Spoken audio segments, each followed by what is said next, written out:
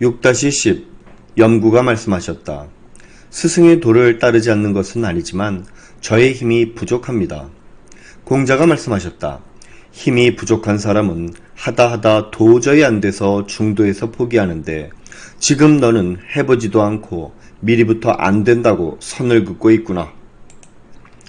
2004년 시즌 시작 전 미국 프로농구의 휴스턴 로켓츠는 단지 한 명의 선수를 영입하기 위해 무려 3명의 걸출한 선수들을 내보내는 트레이드를 단행했습니다. 그 선수는 바로 매 경기 최소 30득점을 올리며 2시즌 연속 득점함에 오른 트레이시 맥그레디였던 겁니다. 그런데 12월 9일 열렸던 샌안토니오 스퍼스와의 경기에서 맥그레디는 부진한 모습을 면하지 못했습니다. 급기야 경기 종료 40초를 남기고 점수가 8점 차로 벌어지자 일부 관중들은 참지 못하고 퇴장하기 시작했죠. 그런데 이때부터 반격이 시작됐습니다. 휴스턴은 파울로 상대방에게 자유투를 던지게 하면서 흐름을 끊었고 자기를 방어하던 선수가 바뀐 것을 스크린으로 간파한 맥그레디가 3연속 3점 슛을 성공시키며 80-78로 쫓아갔습니다. 여기에 더하여 상대방의 실수로 공을 가로챈 맥그레디가 다시 3점 슛을 성공시키면서 80-81이라는 NBA 사상 최고의 대역전극이 펼쳐진 겁니다. 홈구장 관중까지 이 경기를 외면했지만 맥그레디는 끝까지 포기하지 않고 33초간 13득점을 쏟아부었고 경기장을 미리 떠난 일부 관중들은 이 역사적인 순간을 함께하지 못했습니다. 인생의 매 순간 역시 이와 마찬가지가 아닐까요? 끝이 나야 비로소 끝난 겁니다. 6-11 공자가 자아를 가리켜 말씀하셨다. 너는 군자를 닮은 선비가 되지 피지배 계급 하층민인 소인을 닮은 선비가 되지 말라. 논어 전체를 통틀어서 선비를 선비유로 쓴 건 이 구절 하나뿐입니다. 도를 설명할 때는 모두 선비사로 쓰고 있죠. 그런데 얘기 유행편에서 노나라 임금 애공이 선비의 몸가짐에 대해서 묻자 공자는 다음과 같이 설명합니다. 여기서는 내용을 비교적 간략하게 정리해 보겠습니다. 1. 선비는 보석 같은 존재가 되어 초빙을 기다리고 아침 저녁으로 도를 배워서 타인의 질문을 기다리며 객관적인 태도, 충과 신뢰, 신을 마음에 품고 타인의 추천을 기다리고 도를 닦는 데 힘쓰며 관리로 선발되길 기다립니다. 2. 선비는 금과 옥을 보배로 여기지 않고 객관적인 태도, 충과 신뢰, 신을 보배로 여기며 땅을 얻기를 바라지 않고 의로움을 확고히 하는 걸 바탕으로 삼으며 많은 재물을 쌓기를 바라지 않고 도의 일원이 되는 문장을 많이 접하는 걸 재산으로 삼습니다. 3. 선비는 객관적인 태도, 충과 신뢰, 신으로서 갑옷과 투구를 삼고 예와 의로움으로 방패를 삼으며 어질고도 의로운 행동을 합니다. 4. 선비는 가난해도 의지를 잃지 않고 부유해도 교만하거나 저리를 버리지 않으며 임금을 괴롭게 하거나 윗사람에게 누가 되지 않도록 하며 사물을 맡아보는 직원들을 괴롭히지 않으므로 선비라고 부릅니다. 이 내용들은 우리가 앞에서 배워온 공자의 가르침과 일치합니다. 이제 아시겠죠? 유학은 향후 조정에서 벼슬하여 정치에 종사하게 될 선비들이 갖춰야 할 자세에 대해서 가르치는 학문인 겁니다. 이는 앞에서 이야기한 도의 이론과 같은 개념이기 때문에 예로부터 선비들은 문을 배우는 데 열중한 거죠. 다시 말해서 유학은 정치인이 되기 위한 철저한 정치 이론이고 그 최종 목표는 바로 소강사회를 이끈 군자들의 리더십, 즉 사람의 도를 실천하는 데 있는 겁니다. 따라서 공자는 당연히 유학의 창시자가 아닙니다. 그는 오롯이 예로부터 내려오는 사람의 도를 계승하여 후대에 전하기 위해 애쓴 전승자이자 교육자였던 겁니다. 그럼 공자는 왜 자아에게 소인을 닮은 선비가 되지 말라고 주의를 준 걸까요? 다음의 두 구절을 살펴보겠습니다. 13-17 자아가 거보 지역의 원님이 되어서 정치에 대해 물으셨다. 공자가 말씀하셨다. 일을 빨리 처리하려 하지 말고 눈앞의 작은 이익을 탐하지 말아야 한다. 빨리 처리하려 들면 이루지 못하고 눈앞에 작은 이익을 탐하면 큰 일을 이루지 못한다. 빨리 업적을 이루려는 건 명성에 눈이 멀어서이므로 백성들을 다그치게 되어 결국 그들의 원성을 사게 됩니다. 또한 사사로운 이익을 탐하게 되면 백성들을 착취하게 되므로 결국 그들이 등을 돌리게 되죠. 이제 이와 관련된 두 사례를 소개하겠습니다. 1960년대 서울의 인구수와 그에 따른 무허가 건물들이 급증하자 당시 박정희 대통령은 무허가 건물을 정리하라고 지시했습니다. 그리고 그 공간에 시민 아파트를 건설하여 주민들을 이주시키려는 계획을 세웠죠. 하지만 이 공사는 총체적인 부실공사였습니다. 책임자였던 당시 서울시장은 서둘러서 업적을 세워 대통령에게 잘 보이려고 시공기간을 겨우 6개월만 썼고 더욱이 산 중턱에 아파트를 세웠습니다. 심지어 건설 허가권을 따내기 위해서 너무 많은 뇌물을 쓰는 바람에 공사 자재들을 정상적으로 구입할 수도 없었죠. 결국 완공 4개월 만에 아파트 한 동이 완전히 붕괴되었고 34명 사망, 40명 부상이라는 참사를 가져왔습니다. 삼풍백화점은 1989년 삼풍건설산업이 서울 서초구 서초동에 건설한 건물입니다. 이 백화점은 1989년 12월부터 1995년 6월 29일까지 영업을 했는데 당시 매출액 기준 대한민국 업계 1위를 차지했습니다. 그런데 1995년 6월 이 백화점이 갑자기 붕괴했습니다.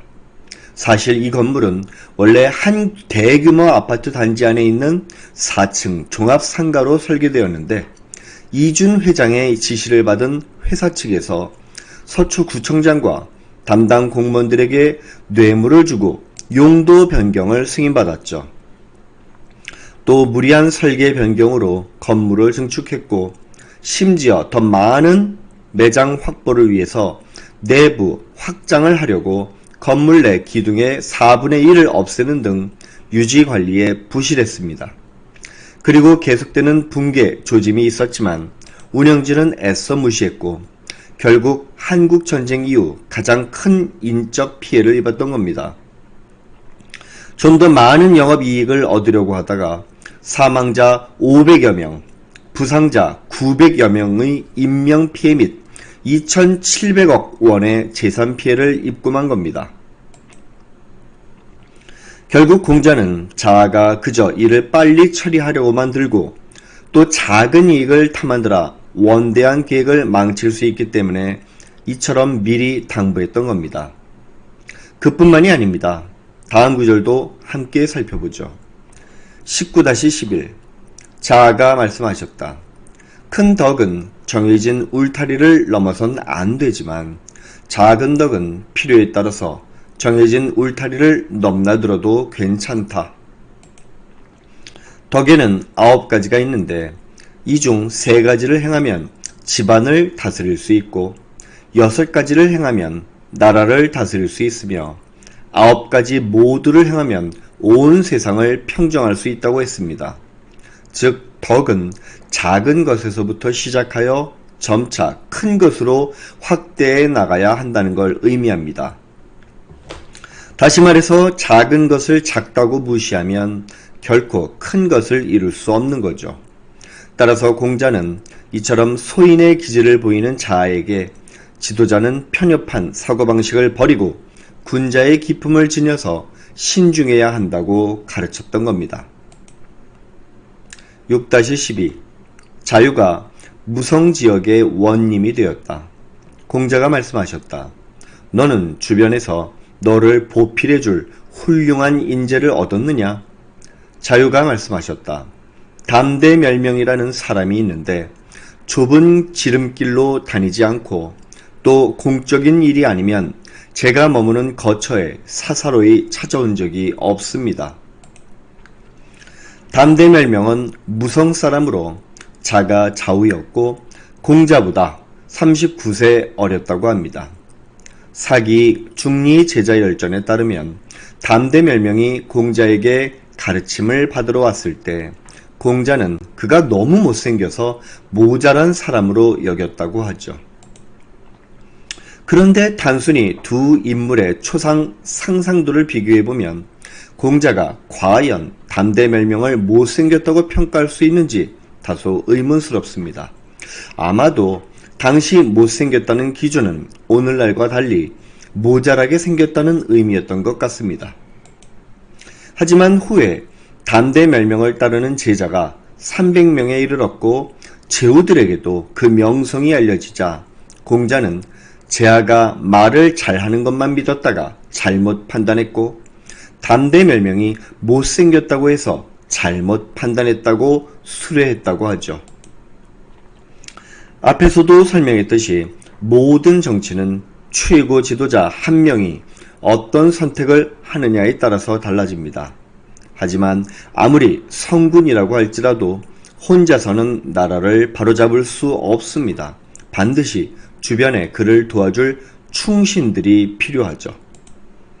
그런데 자유가 말한 좁은 길로 다니지 않는다는 말은 무슨 뜻을 지니고 있을까요?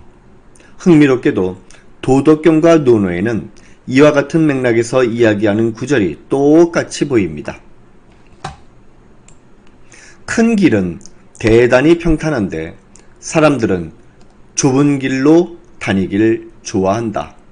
도덕경 53장 7-36 공자가 말씀하셨다.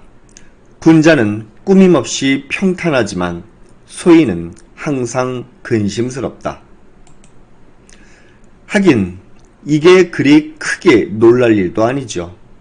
두 서적이 말하고자 하는 도가 하늘의 도와 사람의 도라는 차이가 있긴 하지만 결국에는 둘 다 모두 지도자가 걸어야 할 같은 길, 즉 리더십에 대한 이야기니까요.